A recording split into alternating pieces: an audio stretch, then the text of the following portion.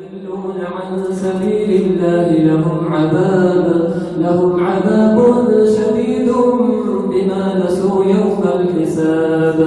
وما خلقنا السماء والأرض وما بينهما باطلا ذلك ظن الذين كفروا فويل للذين كفروا من النار.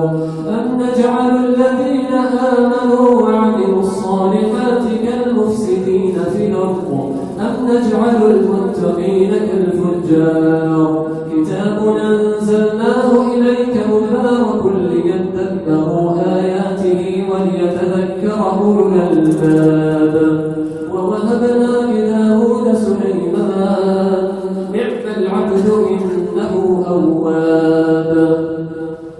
إذ عرض عليه بالعشي الصافنات الجياد فقال إني أحببت حب الخير عن ذكر ربي حتى توارت بالحجاب.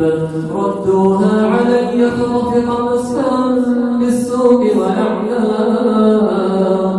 ولقد فتنا سليمان وألقينا على كرسيه جسدا ثم أناب.